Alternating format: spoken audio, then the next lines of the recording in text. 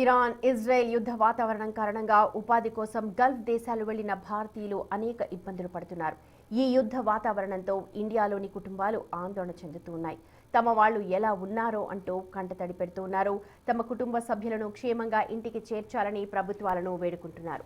రాజన్న సిరిసిల్ల జిల్లా వేములవాడకు చెందిన పలు కుటుంబాలు ఉపాధి కోసం గల్ఫ్కి వెళ్లాయి. దీంతో వారి యోగక్షేమాలపై ఆరా తీస్తూ బిక్కుబిక్కుమంటూ గడుపుతున్నారు వీరి కుటుంబ సభ్యులు.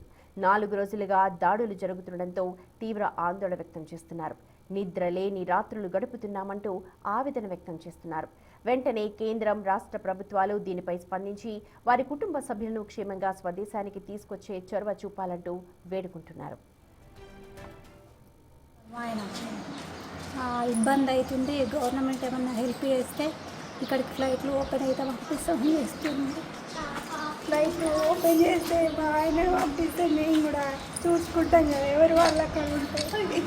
సార్జీలను బాగా అవుతుంది.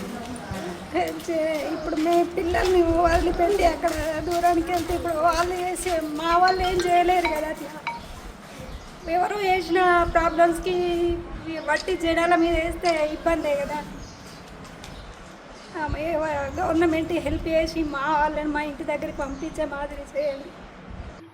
మా నాన్న ఉపాధి నిమిత్తమై చాలా ఏళ్ళు నుంచి ఖత్తర్లో నివసిస్తున్నారు.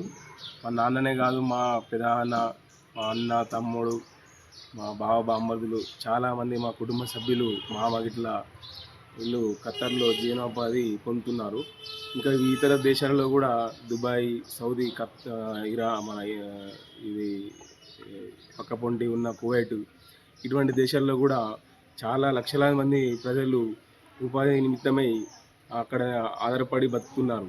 టీవీల ముంగట, పేపర్లలో రోజు చూస్తున్నాం. ఎప్పటికప్పుడు వాళ్ళకు ఫోన్ చేసి వివరాలు అడిగి తెలుసుకుంటున్నాం.